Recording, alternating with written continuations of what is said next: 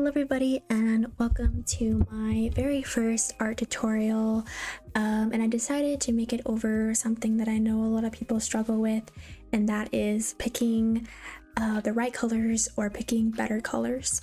This is how I do it. This is something that I learned about 2 years ago, and it's completely changed my life, and I hope that it changes yours as well.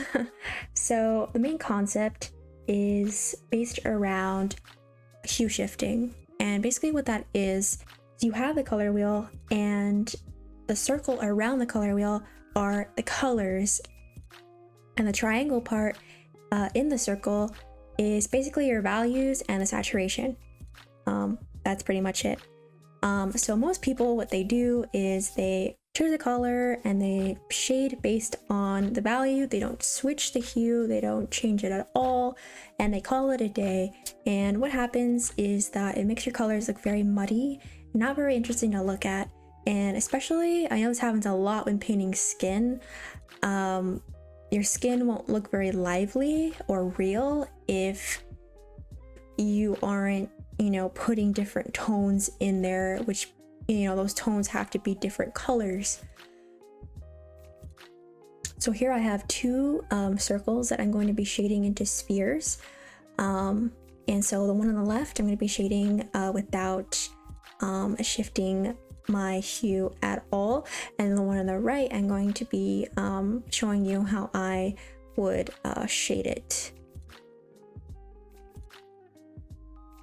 So there we go, I choose the highlight color, and the same as you can see, like I only change what is in the triangle. I do not change what is around the circle on the color wheel.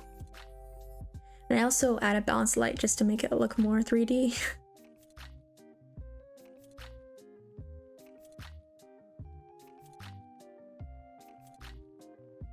So as you can see, I definitely shifted my hue there. A lot more to the cooler tones.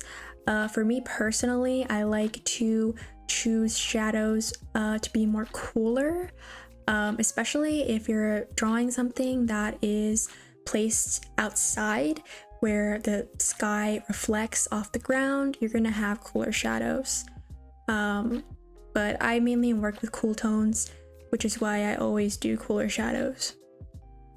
For the highlight as well, as you can see, I shifted it more towards the cooler pink purple tone. And then for the bounce light, I end up showing you how changing it to a completely different color of lighting makes it look much more interesting and colorful. Okay, so here I also have two blue circles that I will be shading into spheres. Again, same concept, just different color. This one is pretty dull looking, pretty muddy, and this one will be a lot more vibrant.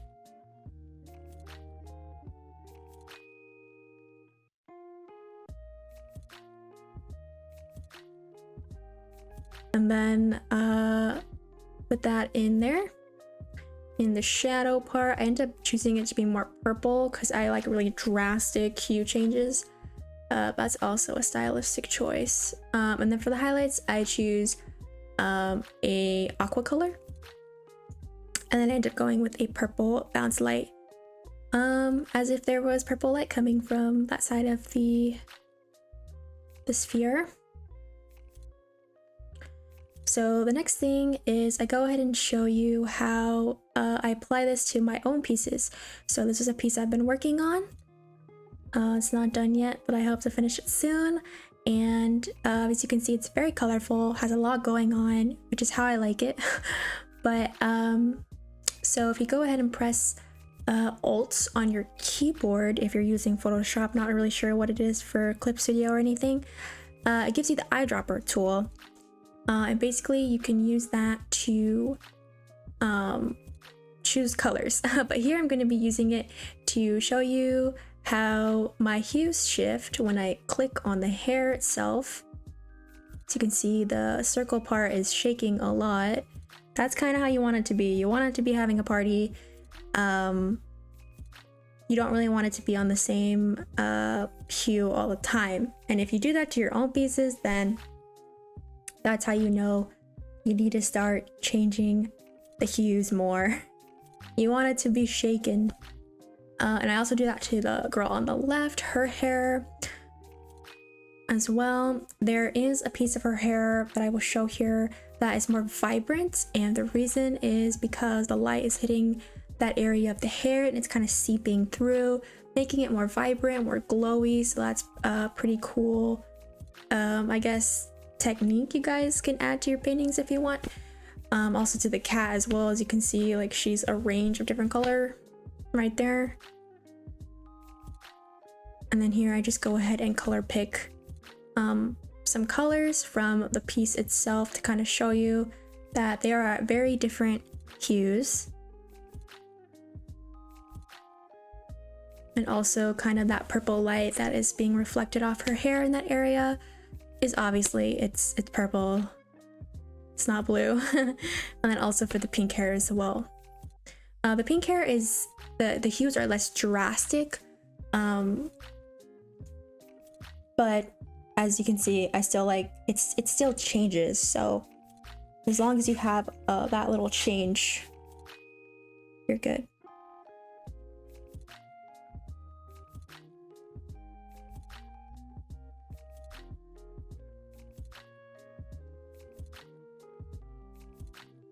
So here we go, and I try to show you basically her eyes. As you can see, her eye color is like this hot pink red color, but in the shadow part I use purple to make it look more interesting and make her eyes almost also look more 3D and like interesting to look at. Like her eyes are very mesmerizing to look at. And then I also make an example of what it would look like if it was all in the same hue.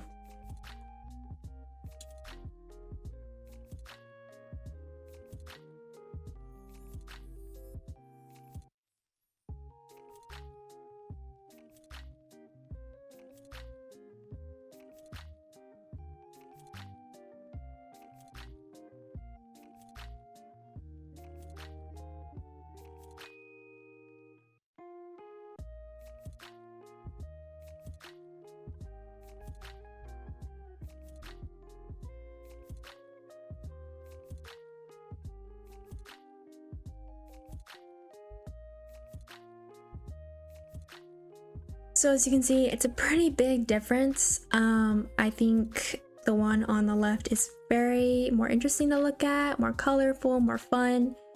Definitely fits the mood and tone of the piece more. The one on the right is very monochromatic, which of course is something you're going for, then that's cool. But if you want something more colorful, definitely like really shift your hues like crazy.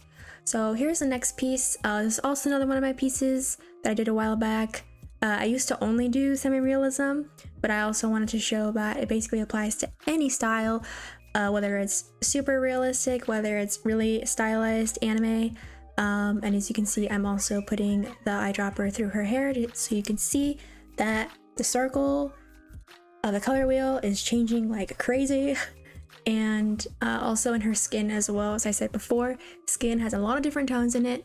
It is not flat, so make sure to be shifting your hues. And I notice skin, especially if it's an outside area, I know I see this so much. If it's outside, it usually always has blue tones in the shadows. So here I go ahead and do like a small scuffed demo of her eye, and basically same idea, same concept, doesn't really matter the style. I did the demo for the anime eye, and here it is for the semi-realistic eye.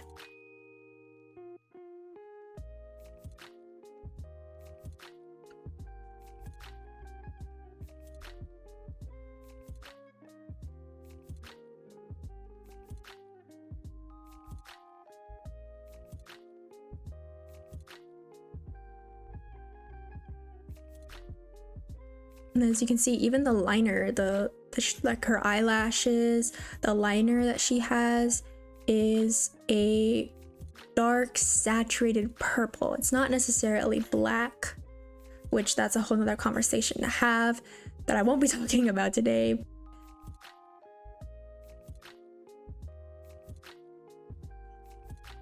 But yeah, same concept for basically everything.